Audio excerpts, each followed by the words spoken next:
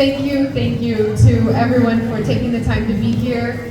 It is a true honor and privilege to represent this community and to see so many friends here. Thank you to Nick and Eva, to Auntie Judy, and to Dr. Wu, to all of the GTech STEM-Tech friends and families and cousins too, right? Many Wu's in the house today, dating back to when our family trees were intertwined. So thank you. I'm most excited. I officially got my GTech STEM-Tech pin today for the first time. So thank you. Should I find it now? Or should I find it now to translate it all? Is anyone? Okay, I'll do a little bit of the both. Okay, 说几句 and to Judy said. So 非常荣幸能够跟大家在一起。我每天代表波士顿，代表唐人街，是一个梦想的情况。It was truly a dream come true to represent this community and to be here. And even in this beautiful renovated space, I've been here a couple times since it was reopened, maybe 5 or 6 times already, but I'm still not quite used to it. I was probably standing right about here for my wedding party when the lion dance was happening in this space at the old China Pearl when the Long Feng was sort of right back here covering up all the windows. And like so many who have had their wedding receptions in Chinatown and China Pearl, this space always holds special significance as part of our community and part of the happiest days of our lives, and also part of the annual traditions that are so important to keep our community together every Lunar New Year, every major celebration. So Chinatown is a place that is deeply rooted in the connections that we have, in the shared history and the stories of our family members, and what it means to believe in this country so much that you sacrifice and you hope and you dream that generations to come after you will be able to share in the opportunities that are here. My parents, when they immigrated to the United States, to Chinatown in Chicago, never ever would have dreamed that one day their daughter could be involved in government at all, certainly not in the role that I have been so humbled to have seen on the city council and now as mayor. I remember from a young age what it feels like to have to navigate for parents who aren't totally comfortable or fluent in English, to experience the language barriers, the cultural barriers, at least several decades ago, back then in the Midwest, outright discrimination that would be faced.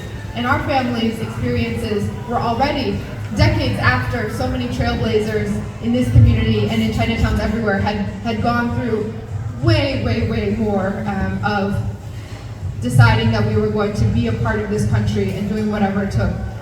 I will share this in this room. We have been working on a lease, and so knock on wood, if everything goes well in November and I have the chance to continue on in this role, we wanted to make sure that I will have the presence of an outside office as well, to just make sure that in addition to the City Hall place, there will be some space where on the campaign side we can continue to have meetings and continue to be fully plugged in the community. We will be in the 33 Harrison building right here in Chinatown, a space where it's owned by a union, the Unite Here National Union, or the local branch of the Unite Here Union, which back in the day was the Garment Workers Union.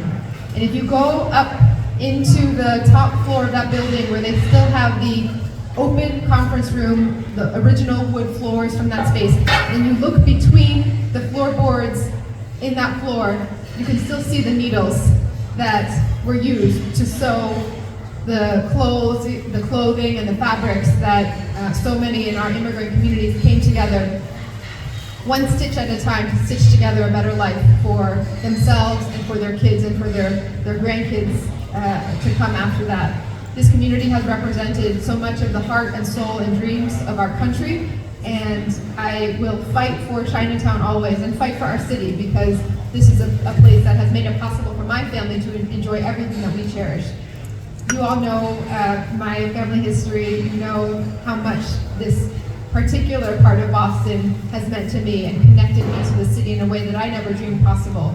And so I'm so thankful to have long-standing friendships that go back many, many years with so many of the leaders and mentors who are here in this room, who have made it possible not only for me to be where I am in my career and in my life, but for so many of us to follow in your footsteps when you were the first in these spaces, first to open a pharmacy and to run a major business here, first to be a partner at a law firm in Boston and nurturing generations of lawyers to come after, first to have a role in public safety, first to have a role in housing development. Uncle Paul, we're still now building on we're finally tapping into some of the initial visions and dreams in affordable housing that you and CCBA and our community has laid out over many, many years. And all of that is because this neighborhood, this community, the Family Association, and all of the Family Association have refused to give up that we belong here, that our community matters, and that everyone deserves to have a place where they can afford to live, they can raise their families, and they can access the American dream. I'm fighting for Boston to be that home for everyone, where it's not just about reaching the bare minimum. We want, of course, to have housing for everyone. We want everyone to have a good job. We want everyone to be safe in every part of our city. But that's not enough for the American dream. That's not enough for families. We want Boston to be the best place to raise a family in the country. We want Boston to continue to be the safest major city in the country. We want Boston to be the greenest city in the country with the best jobs, the cleanest air and water and opportunities. And that means we have to do even more. I'm very proud that not only have we set records over the last 4 years for affordable housing creation, jobs, small businesses, investments in schools and in our community, but we've also created, for example, a free museum program. So for the very first time, every child growing up in the city of Boston can take their family members to the leading museums and performing arts organizations for free because they are growing up in the city. We have free bike lessons, free swim lessons, free art classes, free youth sports, free programming for seniors. Every generation in Boston, if you are part of our community, you deserve to have everything that it means to live a full, healthy, happy, connected life in our larger community. So I ask for your vote. We're coming very, very close to the preliminary election day now. September 9th is almost 20 days away at this point. So don't wait until November in the election. The September 9th day is going to determine a lot of the momentum on what the next couple of weeks will feel. And I really need your help in this election. We are running in a race where the other candidate has unlimited resources. When the bank account has billions of dollars in it, and millions of dollars have already flowed into this race with negative attack ads. We've seen the impact that can have in other parts of the country. And when people are busy raising their families, when they're tired after working sometimes multiple jobs, when people are sick of politics feeling so ugly and so hopeless, those negative attack ads have the effect of sometimes turning people off and saying, you know what, I'm not going to bother, I'll wait and vote for president, I don't need to think about what to do at the city level. But this is the level of government that can really touch and change people's lives in their daily, most important parts of what they care about. And I need your help to make sure that Boston sends a strong message that our city is not for sale, and that our community is going to continue standing strong and moving forward, no matter what pressures we're up against and no matter what forces are coming our way.